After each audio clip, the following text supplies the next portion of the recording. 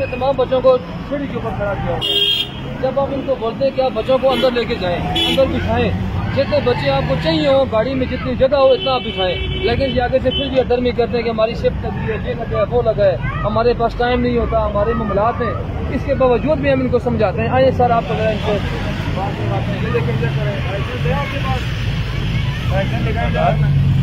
ये बच्चे आपने सीढ़ी के ऊपर खड़े किए हुए हैं।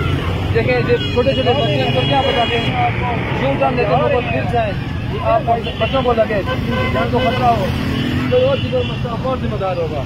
जितने बच्चे आपकी गाड़ी में बसंत सदीक भाई, आपने इंतहाई गलत काम किए, बच्चों को लगाए हुए।